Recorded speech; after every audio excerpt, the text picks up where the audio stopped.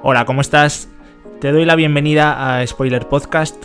Aquí voy a intentar hablarte claro sobre la cara bonita y menos bonita de cómo emprendo algunos proyectos. También reflexionaremos y aprenderemos sobre temas relacionados con el diseño, la creatividad y la vida que ello conlleva. Sin más, espero que disfrutes de este viaje.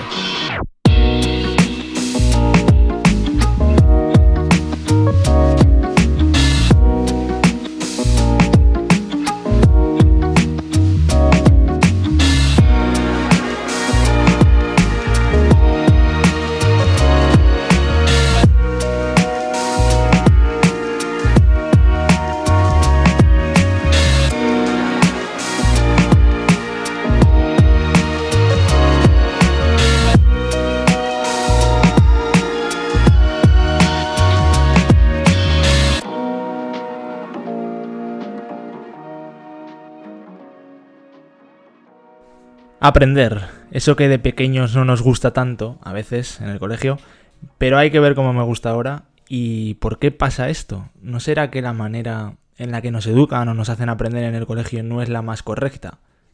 El otro día escuchaba un podcast de Wild Project, imagino que ya lo conoces, pero si no, ya estás tardando, e hicieron un breve comentario sobre que el sistema educativo está obsoleto. A mí me interesa y me divierte mucho indagar sobre todo lo relativo al cerebro. Y en el podcast de esta semana, pues me he venido arriba para investigar si realmente es esto cierto, si el sistema educativo está obsoleto o no. Y para ello, creo que es interesante ver cómo aprende nuestro cerebro, intentar entenderlo y también intentar entender, por otro lado, cómo nos enseñan actualmente en las escuelas para así poder comparar y poder ver si realmente le estamos sacando partido a nuestro coco. Ojo, quiero dejar claro que no soy neurocientífico ni tengo la última palabra de nada. Simplemente soy un curioso y he intentado contrastar buenas fuentes y leer y empaparme de mucha información para sintetizarla en este podcast. No me enrollo más con los preliminares, así que vamos a verlo.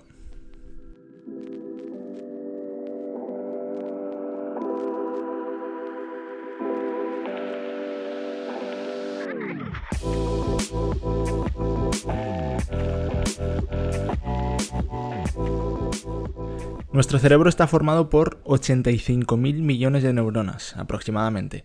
Algunos más que otros. Pero lo que realmente importa no es el número, sino las conexiones que estas neuronas hacen entre ellas. Tenemos alrededor de 200 billones con B de conexiones en el cerebro.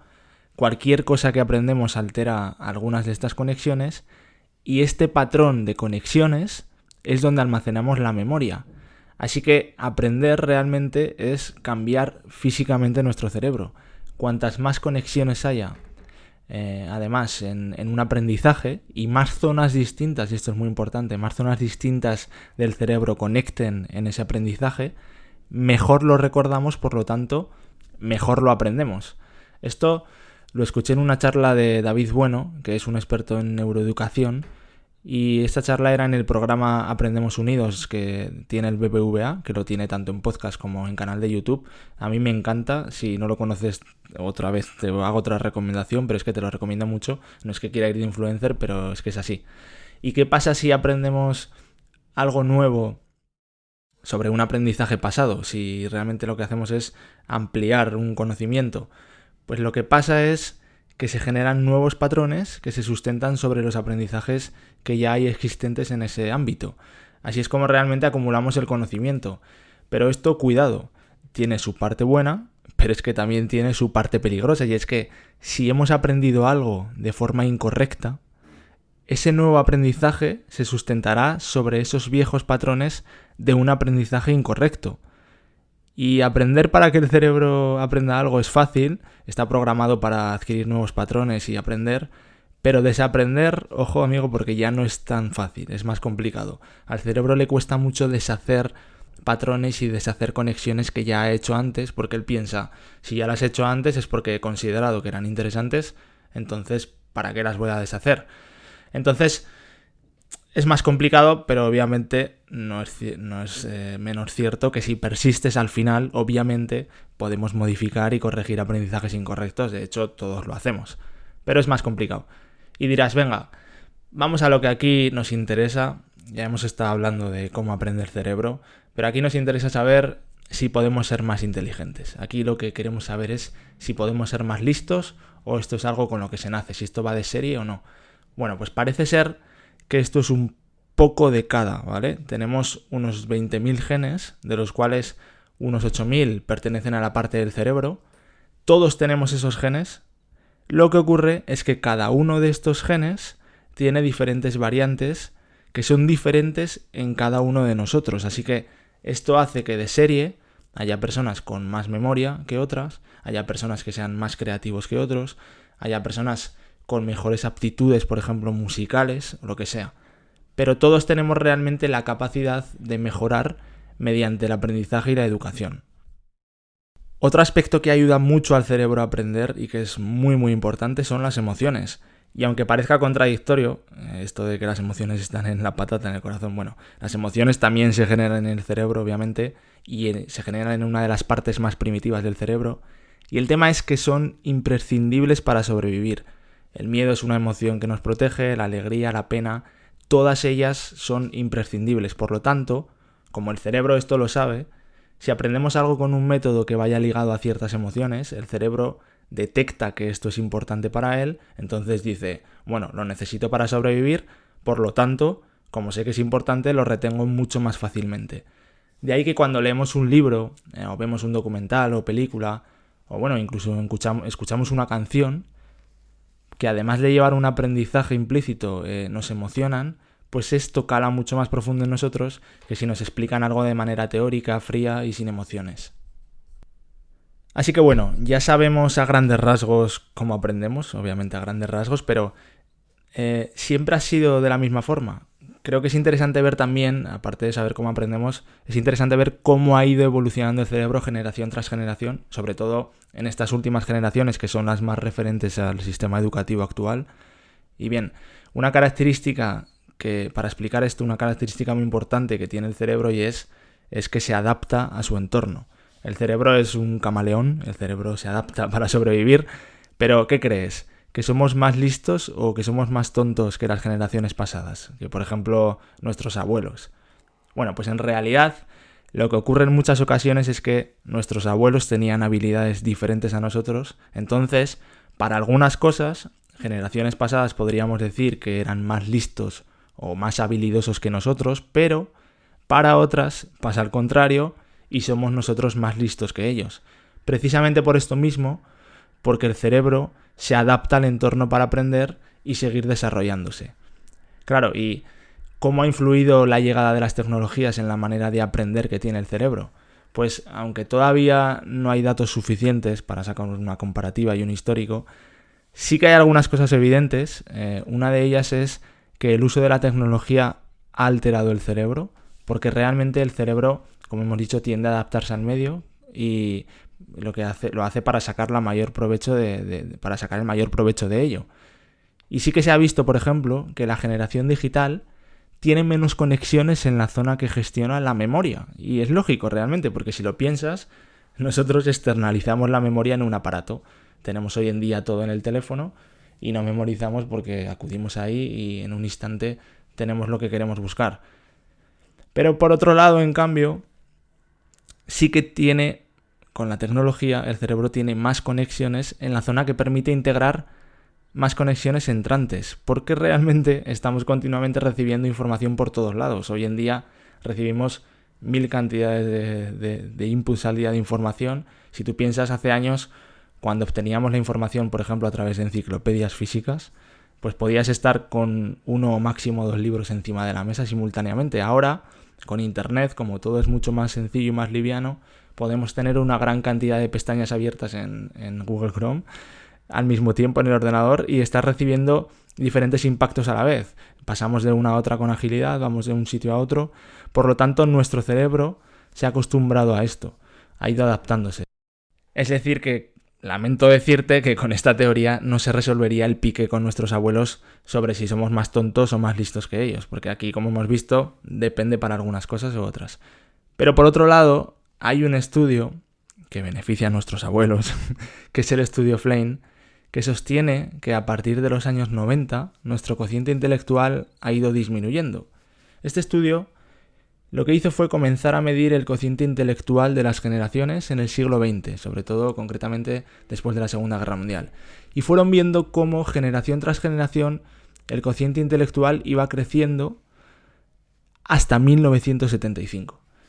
A partir de 1975, el cociente intelectual dejó de crecer, y no solo eso, sino que es que a partir de los años 90 no solo deja de crecer, sino que empieza a decrecer. Es decir, que cada generación, a partir de 1990, ha ido perdiendo cociente intelectual. Esto tiene mucha relación con la aparición de las tecnologías o con la llegada de las tecnologías en masa a la sociedad.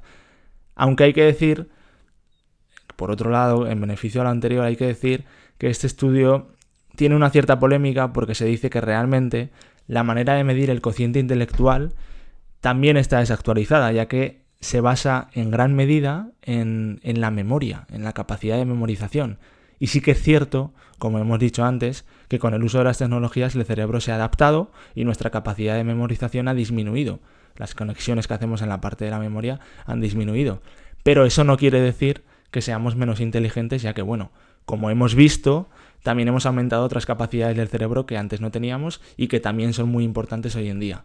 A mí es verdad que me llama mucho la atención, porque, a ver, vamos a ser sinceros, la memoria también es muy importante para muchas cosas, aunque esto último, la verdad, es que me deja más tranquilo y lo he buscado solo para justificarme ante la gente de mi entorno que dice que se me olvidan las cosas. Yo en realidad digo que tengo memoria selectiva, pero bueno, ahora podré decir que es porque soy de una generación digital, que mola mucho más.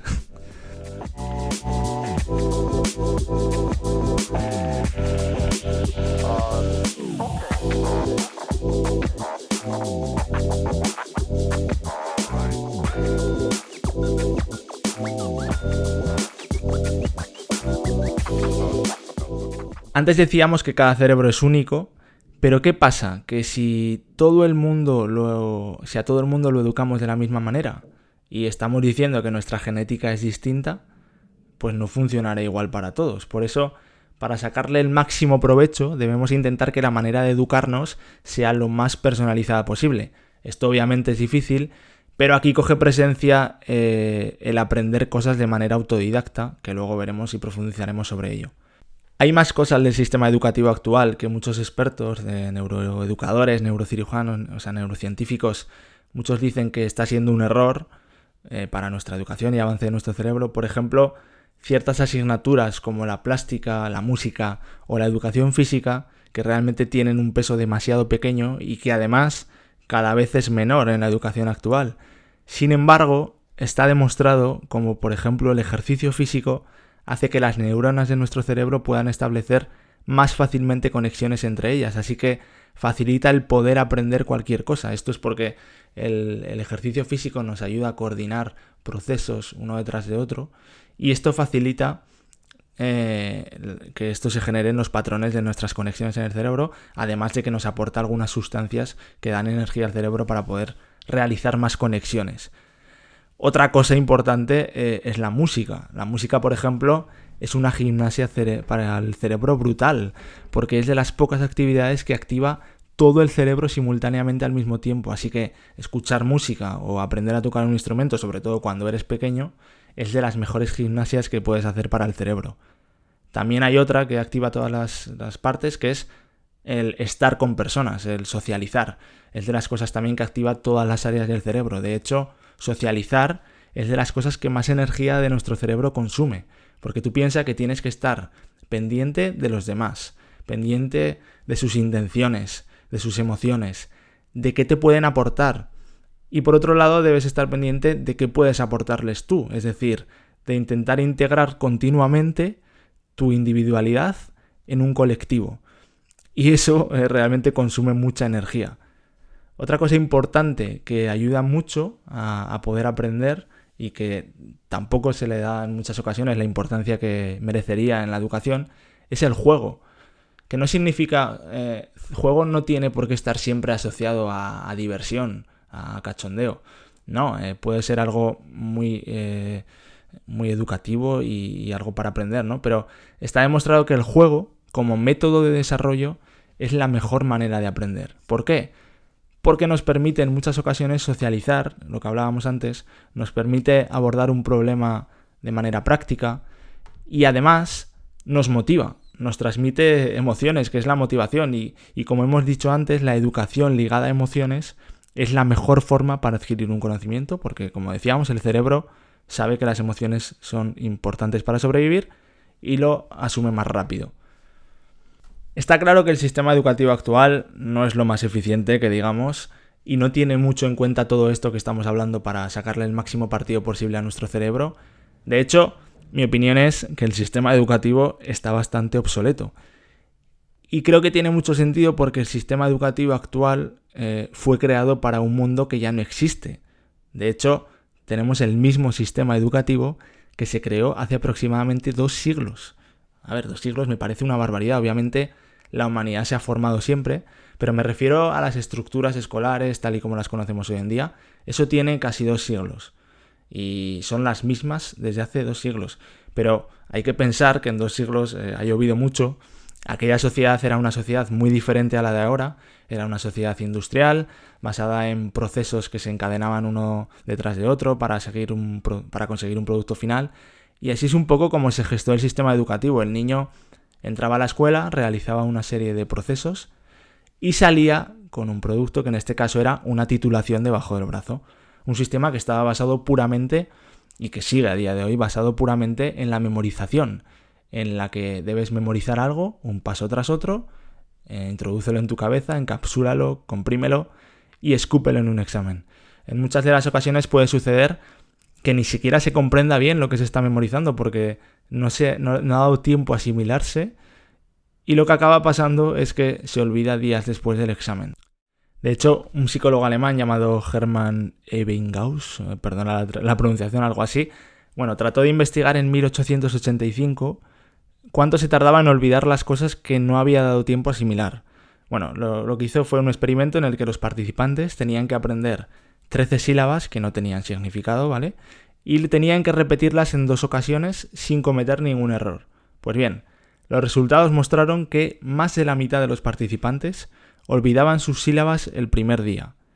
Y el segundo día se había olvidado casi el 80% de lo aprendido. A partir del segundo día la curva se iba reduciendo, pero a partir del día 7 se recordaba de media solo un 3% de las sílabas que se habían estudiado. En cambio, está demostrado que se aprende mucho mejor si se parte de lo que el alumno ya tiene en su mente para potenciarlo mediante metodologías prácticas, como pueden ser metodologías participativas con profesores o compañeros de clase, como debates, o metodologías activas como puede ser la resolución de problemas, el aprendizaje basado en proyectos o casos prácticos.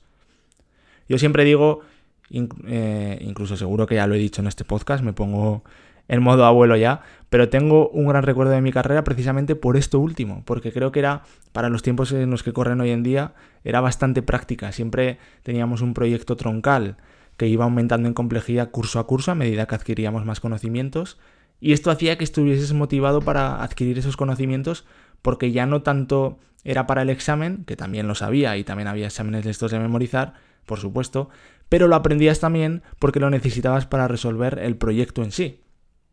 Y ahí era donde lo interiorizabas de verdad, en la práctica, en la prueba-error, en hacer algo que no habías hecho nunca y tenerte que buscar las castañas con las asignaturas que estabas dando y el conocimiento que ibas adquiriendo. Porque para asimilar un conocimiento es que hay que ponerlo en práctica. En mi experiencia no hay mejor manera de ello. Hay un experimento muy interesante que creo que refleja muy bien esto último de la práctica. El experimento lo contaba Elsa Punset en una charla. Contaba que habían llevado tablets a un poblado del tercer mundo y se las habían dado a niños de edades tempranas, de una media de 5 años. Pues el resultado fue que a los 5 minutos las encendían, sin decirles nada. Nadie les había enseñado cómo tenían que usarlas. A los 5 minutos las encendían. Pero a los 15 días usaban unas 50 aplicaciones de media. A los 2 meses cantaban en inglés. Y a los 6 meses pirateaban las tablets. Esto ya creo que, lo de piratear ya creo que forma parte de otra habilidad del ser humano, que es la picaresca. Pero me parece flipante realmente que las piratearan sin que nadie les hubiera enseñado nada. Y es que esto demuestra que los niños no necesitan que les enseñen tanto contenidos ni habilidades, lo que necesitan es motivación para aprender, y ellos se buscarán las castañas para hacerlo y saber qué tienen que hacer con lo que han aprendido. Eso es importante. ¿Para qué sirve esto? Lo pongo en práctica y ahí es donde veo que es necesario y me motiva a aprenderlo. La educación lo que debe hacer es contagiar motivaciones y enseñar valores, y así es la base para que se pueda adquirir un conocimiento. Afortunadamente empieza a haber cada vez más alternativas de centros que apuestan poco a poco por una educación con alternativas interesantes para todos estos problemas. El problema es que todavía son minoritarias, que hay muy pocas y que en muchas ocasiones no están aptas tampoco para todo el mundo. No se está tratando este problema a escala global y yo creo sinceramente que es un error. Creo que para aprender solo se necesita una cosa, que es curiosidad. Esa curiosidad por conocer cómo evoluciona el cerebro del ser humano hace que entiendas cómo sacarle el máximo rendimiento posible. Si no te preocupas, no lo vas a saber nunca. Esa curiosidad por preguntarte el porqué de las cosas, por no dar todo por sentado, hace que aprendas cosas nuevas. Puede que la educación convencional no avance como debería, pero si lo pensamos, la tecnología nos ofrece hoy en día acceso a una información prácticamente sin límites. Si tienes motivación por aprender de manera autodidacta, hoy tienes acceso a prácticamente cualquier conocimiento y de manera gratuita, mucho de ello. Si yo hago un repaso de cómo ha ido variando mi carrera desde que salí de la universidad, de cómo ha ido evolucionando hasta el día de hoy, veo que la mayoría de las cosas que hago hoy en día las he aprendido de manera autodidacta y con la práctica. Yo no tenía ni idea de escribir guiones, no tenía ni idea de hablar ante un micrófono, no tenía ni idea de grabar, de editar, de publicar un podcast, de posicionarlo en plataformas. Pues hago uno y así es como voy aprendiendo. ¿Que me queda mucho por aprender? Sí. ¿Que los primeros eran mucho peores? Sí. Pero no hay otra manera que hacerlo y aprender. Y como esto, con 1000 cosas más. No quiero decir, ojo, en ningún momento que no estudies una carrera. En mi caso lo volvería a hacer 1000 veces, creo que es una experiencia brutal y que además a mí me dio una base muy útil sobre la que aprender más y a lo mejor más rápido. Me enseñó a estructurar el pensamiento, me enseñó a organizar proyectos, me enseñó a aprender a pensar. Pero también es cierto que hoy en día existen 1000 alternativas y que hay muchas profesiones en las que ya no valoran tanto el título, sino una prueba de nivel o trabajos previos que puedan demostrar lo que sabes hacer. Y por mucho que nos duela, es un hecho. Puede haber perfectamente alguien sin una carrera universitaria que tenga más conocimientos y habilidades que tú en tu profesión. En algunas profesiones es cierto que es más complicado, sí, pero en muchas es así y puede pasar. Al hilo de esto, para acabar ya hoy, simplemente quiero compartir un tuit que puse el otro día de una frase que descubrí a raíz de la newsletter de Álvaro de Gente Invencible. Me pareció brutal. La frase es del jugador de hockey Wayne Gretzky y decía: fallas el 100% de los tiros que no intentas. Me parece increíble, así que haz cosas y así aprenderás cosas. Y bueno, hasta aquí ha sido todo. No sé qué te parece este tipo de podcast en los que me meto más a fondo a investigar sobre un tema y lo sintetizo.